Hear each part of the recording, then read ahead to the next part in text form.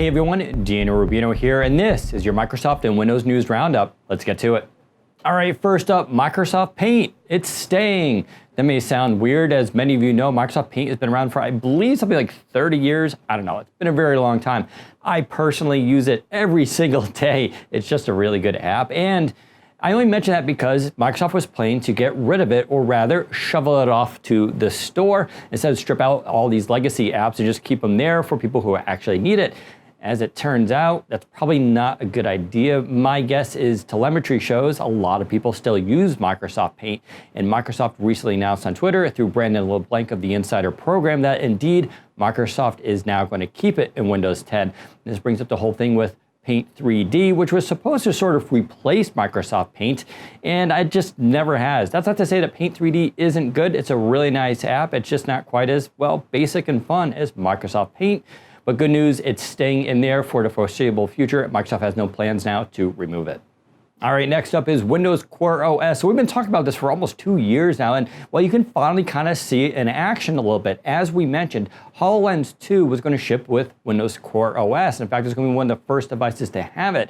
And although we don't have HoloLens 2 yet, it's due out later this summer, you can now download the emulator for HoloLens 2 and, well, run your apps on it. Our own senior Windows reporter, Zach Bowden, did a walkthrough of what this looks like on our channel here, and you can go check it out. In short, well, it looks a lot like Windows Holographic, but there are some substantial UI changes. And these are only important to note because we're going to see a lot of these UI changes coming to the rest of Windows devices in the coming future. In fact, we expect that build Microsoft to detail more of the Fluent design system and updates there. One of those changes is going to be with the tabs and squares. Basically, we're not going to have squares anymore, then we kind of rounded corners on them. I know it seems trivial and all, but this is UI design and that's what they do. I actually like this look a lot. You can even see it right now in the new Edge Chromium browser that's out there with its tabs. Anyway, go check out Zach's video. He does a much better job of explaining this stuff. Next up is gaming news, specifically gaming laptops. April's been a very busy month for a lot of companies to announce new laptops, including Acer, Asus, and Razer, who all announced the new 9th generation Core i7 9750H processor. And we haven't really gotten our hands on it, so it's too early to say what's the big deal here of this chip. It is a little bit faster with a clock speed of 4.5 gigahertz. However, this is still the 14 nanometer chipset that we've been using since Coffee Lake in the 8th generation series, so it doesn't seem to be a major revamp. Now, what we're all waiting on is those 10 nanometer chips, but as far as we know, those are going to be for Ultrabooks, that is the U series chips, due later this fall. That's going to usher in a new era of ultra-thin laptops, and I've already seen some prototypes of these, and they do look promising, but if you're looking for that 10 nanometer stuff, well, you have to wait a few more months. All right, speaking of gaming news, Microsoft has announced the Xbox E3 2019 presentation at E3. So it's going to happen on June 9th. That's a Sunday again. And yes, we'll be there, of course, on hand to report everything live, although you can just watch the stream at home on your TV or Xbox specifically. So what are we expecting? Microsoft should talk about its next generation Xbox, of course. Now, I expect this to be the same ramp up that we had to Scorpio. That is, they're not going to show you the Xbox. They're not going to even name it. They're just going to talk about the next generation specifications, its chipset, and what it's going to be capable of. Specifically, we expect them now to be able to hit 4K and 60 frames per second for all games versus just the few that can do it now. So tune in on June 9th for Microsoft's news on the next Xbox, as well as new games that are coming to the console. Fingers crossed for Gears of War 4. Next up, Microsoft recently announced the Surface Hub 2S. In fact, they showed it in public.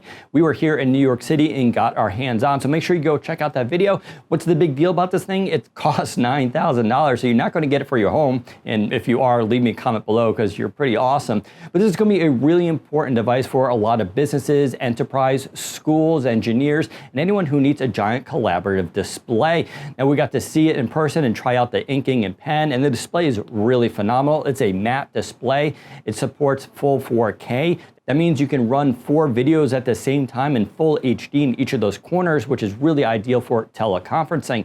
It also rolls around on wheels now and has a battery pack, so it can last for nearly 2 hours without being plugged in, which makes this a very different experience versus the previous version, which you literally had to have people come in and professionally install on your wall, and you never moved it again. Moreover, it's one of the first modular computers we've seen from Microsoft, so you can pull out the computer from the back and it can be upgraded later on. That makes that $9,000 investment, quite nice. The other news that was announced was there's going to be an 85-inch version coming, but not until 2020. So that's going to be a super expensive one, but it sure looks awesome. Anyways, go check out our hands-on video for more information.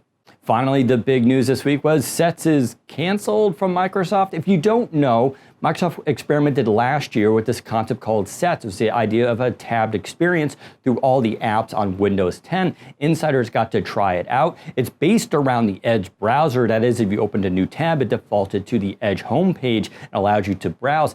One of the more interesting aspects of this was a set aside feature where you could open up a bunch of apps that have a bunch of windows and then later save it as a project. This is really awesome for people who do a lot of research. You have a bunch of windows open. You could save it locally, but it would sync to the cloud. That means you can open it up on any PC later to continue your work.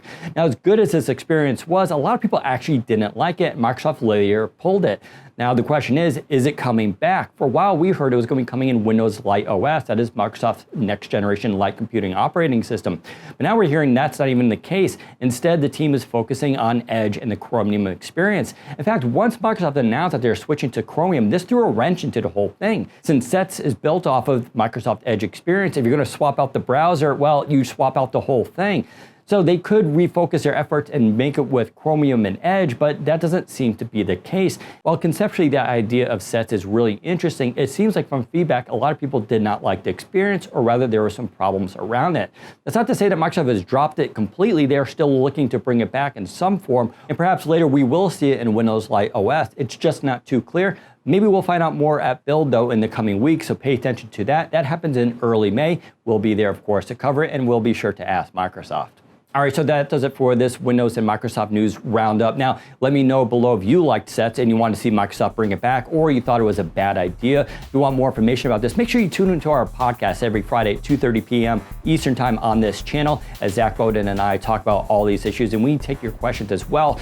Now, if you like this video, give us a thumbs up and don't forget to subscribe. Thanks for watching. Take care, everyone.